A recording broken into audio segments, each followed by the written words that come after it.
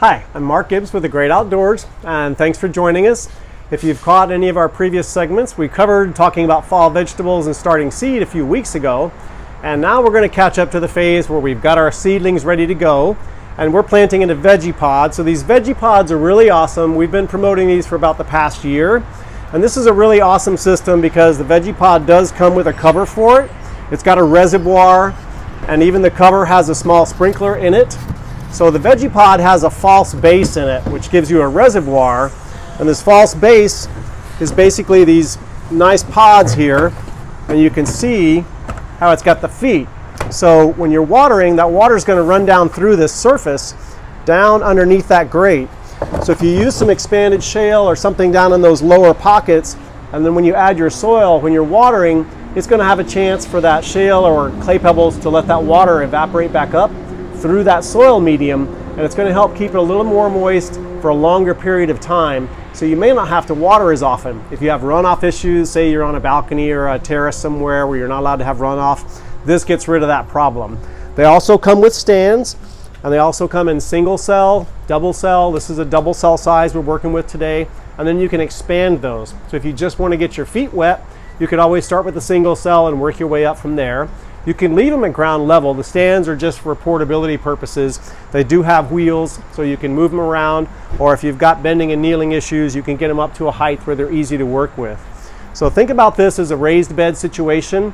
It's self-contained, and again, with that top on there, you're going to help in the winter when it comes to insulation, and you're going to help in the summer when it comes to evaporation and shading them a little bit from the intense expanded time of daytime heat and sunshine. So one of the things that you want to think about when you're doing a vegetable garden are the types of plants you're going to put in, the right spacing, the type of soil. We're going to use our new Veggie herb and fruit blend that we're having bagged now. Brandon prepared this earlier today.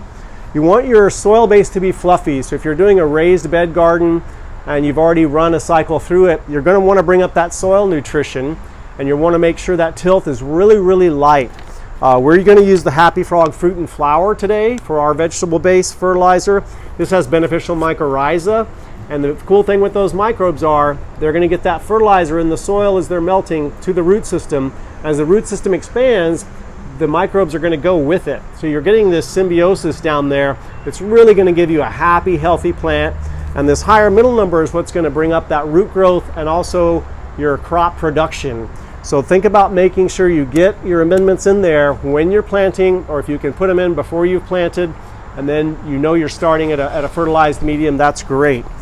We're going to start with some vegetables, cool season, broccoli, cabbage, cauliflower, lots of yummy goody guys here, some chard. And then also on these bags of fertilizer, it gives you the ratio depending on the size of the plant.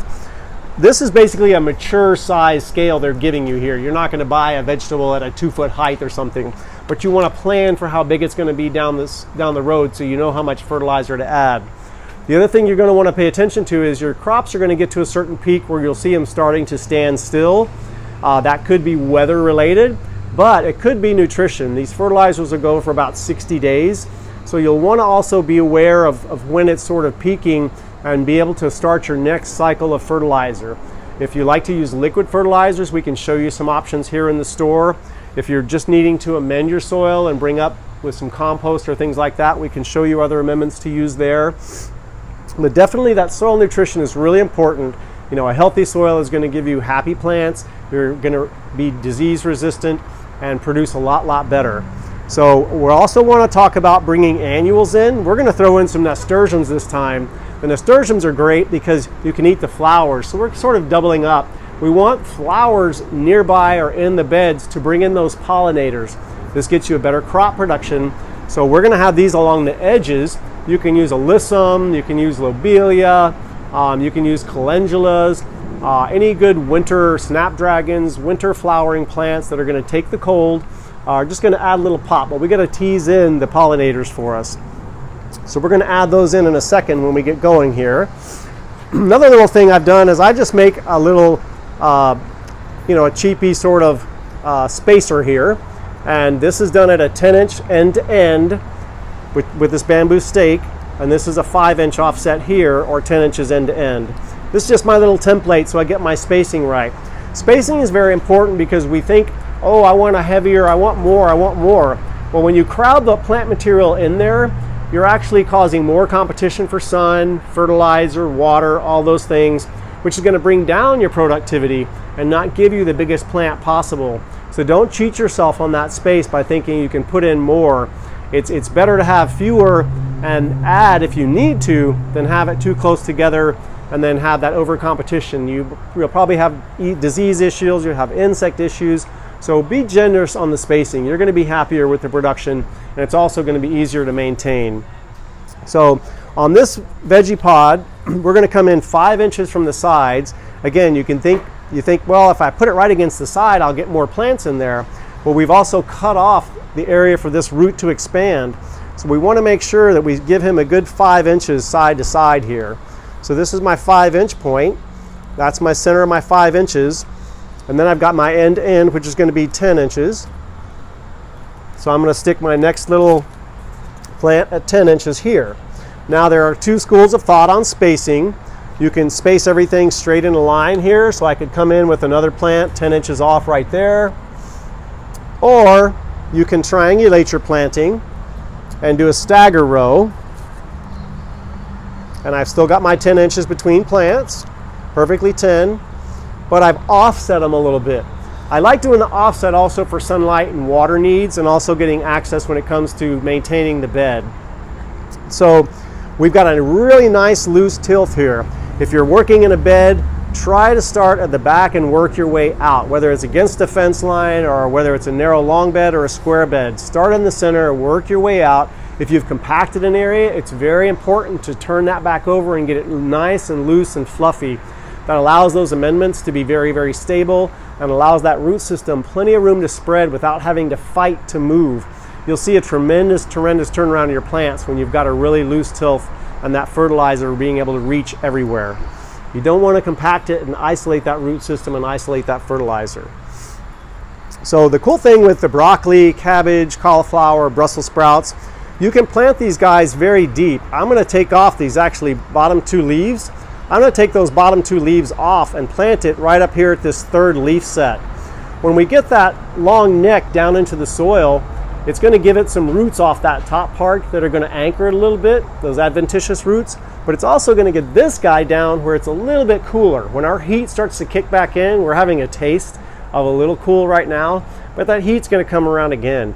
And we want to give that root ball a chance. So the further down we get it, the cooler it's going to stay. Obviously, we'll be adding some mulch as a top dress to help with insulation, to help with moisture content. But at the same time, that can also build up some heat when it's composting down. So we want that root system tucked down as far as possible. If you plant this root system right at the very top surface, I guarantee when we get some of those hot days, even if you think you've got it moist enough, those roots are going to take a little bit of a scald and it's going to slow them down and hurt them. So try to be generous on getting these guys deep enough. If you're still messing with tomatoes and peppers and having fun doing those guys, just remember that when we get under that 50-degree temperature time, tomatoes can take a really bad stunt and so can peppers. So if you've got one of these with a hood or you've got a way to protect it, you're going to want to remember to sheath those when we get into those cold temperatures, or it is going to cause them to stunt. And you can tell that by the coloring and the shape of the plant. It will change dramatically. So back to our little cabbage guy here. I'm going to make this hole. It's so nice and fluffy. This hasn't been compacted at all.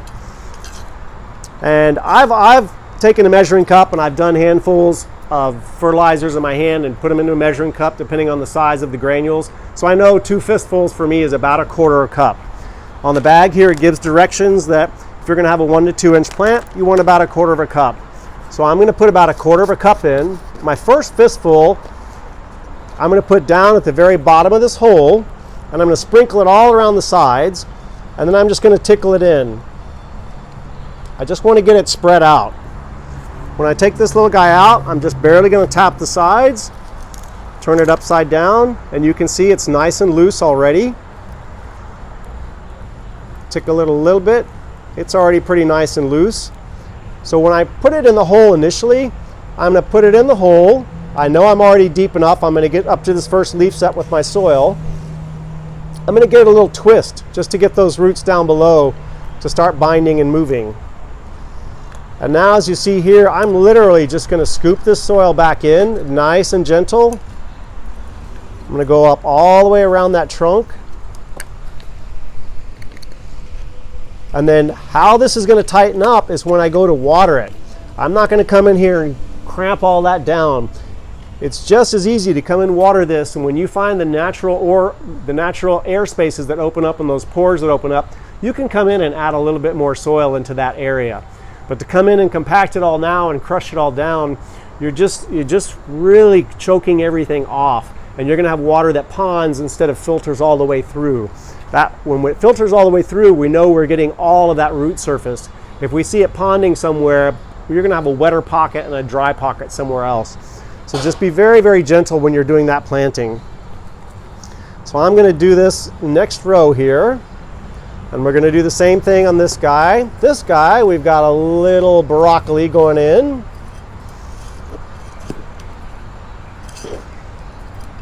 Make it nice and deep. I'm on one of the ridges of that pod, so I'm going to come down a little bit on the side there. Oh, one of the things I didn't do here is I want one last little top dress, my second handful, to get me my quarter cup on the top part of this soil here. We will be coming back through and mulching this, which is going to get us up over this root ball. Remember, we don't need that mulch coming up on top of the plant here and going away. We want it to be shallower at the neck of the plant and thicker as you go away. That's also going to help capture water around that root system. It's going to help prevent weeds. Those tops that you can get with these will help prevent the weeds. It'll also help with dehydration. And again, if we're having a wet spell, you can protect it from some of that rain. So there are lots of benefits to using one of those. And they do come as part of the package. So now we're going to put in our little broccoli. Get my handful of fertilizer, tickle it into those sides. Break up any clumps you find in there. That's usually just some manure. You might get a little stinky, but it can't hurt you. I'm going to tickle this guy down. His roots haven't expanded very much. I'm going to put him down in there, give him a little twist. And then again, I'm just going to softly get all this soil back up and get that trunk nice and secure. And then later on, when we come in water, we're going to see that drop a little bit, and I can come back in with a few more scoops of soil and level that off. I'm going to get my last little dusting of some fertilizer on here.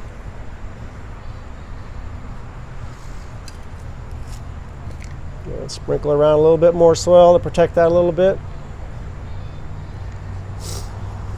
And now, as I was saying before, I'm going to stagger row this. I'm not going to do squares.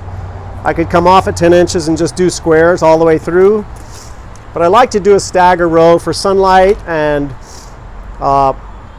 production on crop. It just seems to be the plants will be fuller and not all squared out. When they start touching, they're going to be defensive and move back out.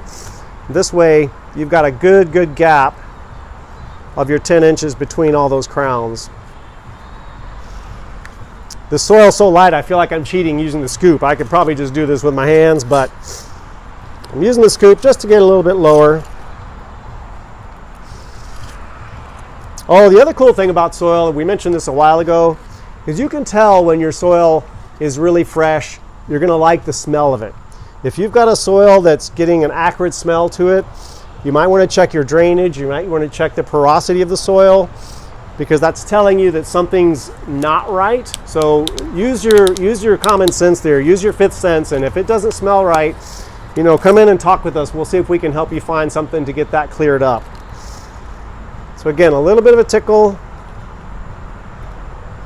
I've got my first quarter cup down in there. Give it a little twist. Break off that bottom leaf. Just gently bring in my soil. Get the neck of that covered up.